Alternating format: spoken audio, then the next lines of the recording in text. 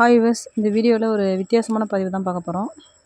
இதை நான் ரொம்ப நாளாக போடணுன்னு இருந்தேன். அதனால் எப்படி இது பேசுகிறது என்னன்றது தெரியல, பேசவும் முடியல. அதனால் இந்த வீடியோ நான் ரொம்ப நாளாக போஸ்ட் பண்ணாமல் இருந்தேன். இப்போ இருந்தாலும் சரி, இந்த வீடியோவை நம்ம அவசியம் பண்ணியே ஆகணும் அப்படின்றதுனால பண்ணுறேன். ஏன்னா நிறைய பேர் பார்த்திங்கன்னா, நம்ம முன்னோர்கள், அதாவது நம்ம வீட்டில் இருக்கக்கூடிய முன்னோர்கள் நிறைய பேர் இறக்குறாங்க. நினைக்கிறதே யாருமே இல்லை, அதை அப்படியே மறந்துடுறாங்க. ஆனால் அப்படி இருக்கக்கூடாது அப்படிங்கிறது ஐதீகம்.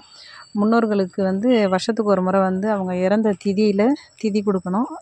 இப்போ திதி கொடுக்கும்போது பார்த்திங்கன்னா, ஒரு 12 இலை, வாழை இலையை போட்டு அதில் என்னென்னலாம் அவங்க சாப்பிடுவாங்களோ அது சம்மந்தமான காய்கறிகள், உணவு பண்டங்கள் இதெல்லாமே வச்சு படையல் போட்டு அதை ஐயருக்கு தானமாக கொடுக்கணும். அடுத்தது அதை முடிச்சுட்டு பார்த்திங்கன்னா, இந்த எக்கியெல்லாம் வளர்த்தி அதில் இந்த குச்சிகள்லாம் போடுவாங்க. அதெல்லாம் போட்டு எக்கையும் வளர்த்திட்டு அதுக்கப்புறம் வீட்டில் செய்கிற பொருள்லாம் வச்சு பூஜை பண்ணி காக்காவுக்கு வைப்பாங்க. இந்த காக்காவை பார்த்திங்கன்னா, அதில் நம்ம முன்னோர்கள் இருக்கிறதா ஒரு ஐதீகம். இறந்தவங்க அதில் அந்த காக்கா வழியாக அந்த சாப்பாடை எடுத்து சாப்பிட்றாங்க அப்படிங்கிறது ஐதீகம். அதனால் இந்த படையல் போடப்படுகிறது. அது மட்டும் இல்லாமல் மாதந்தோறும் அமாவாசை அன்னைக்கு பார்த்திங்கன்னா, இறந்தவங்களுக்கு படையல் போடுவாங்க. அது மட்டும் இல்லாமல் தீபாவளி, கார்த்திகை தீபம் அந்த மாதிரி டைம்லேயும் படையல் போடுவாங்க. அப்புறம் வீட்டில் ஏதாவது ஒரு நல்ல சுப விசேஷங்கள் நடக்க போகுது அப்படின்னா, ஒரு கரகம் மாதிரி எங்கெல்லாம் நீர்நிலைகள் இருக்கோ அங்கேருந்து கரகத்தை எடுத்துகிட்டு வீட்டில் கோரிச்சின்னு வைக்கிறது அப்படின்னு சொல்லுவாங்க. அதாவது இறந்தவங்கள வீட்டுக்கு அழைக்கிறது அப்படிங்கிறது அது ஐதீகம்.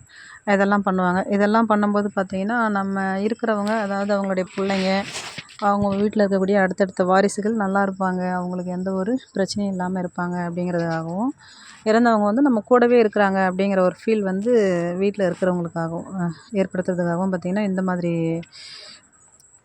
நிகழ்ச்சிகள்லாம் வீட்டில் நடத்தப்படுகிறது. ஒருவேளை இதெல்லாம் அமாவாசையோ இல்லை திதியோ கொடுக்குற அளவுக்குலாம் இல்லை, நாங்கள் ரொம்ப ஏழ்மையில் இருக்கோம் அப்படிங்கிறவங்களாம் என்ன பண்ணலான்னா,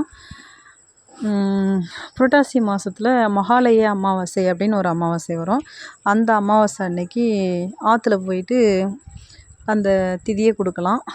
அதுவும் பண்ண முடியல அப்படின்னா, அந்த அமாவாசை அன்னைக்கு மாதந்தோறும் வர அமாவாசைக்கோ இல்லை திதி அன்னைக்கோ இல்லை அந்த மகாலய அமாவாசையிலையோ பசுமாட்டுக்கு அகத்திக்கீரையை கொடுத்துட்டு நம்ம சாப்பிட்லாம் அப்படின்னு சொல்லுவாங்க. அதுக்கப்புறமா அந்த மாதிரி மாட்டுக்கு கொடுத்தாவே, பசுமாட்டுக்கு கொடுத்தாவே அந்த பரிகாரம் முடிஞ்சதாக அர்த்தம் அப்படின்னு சொல்லிட்டு சொல்லுவாங்க. இது முன்னோர்களுக்காக செய்யப்படுகிற ஒரு பரிகாரம். இதை அவசியம் எல்லோருமே பண்ணணும்.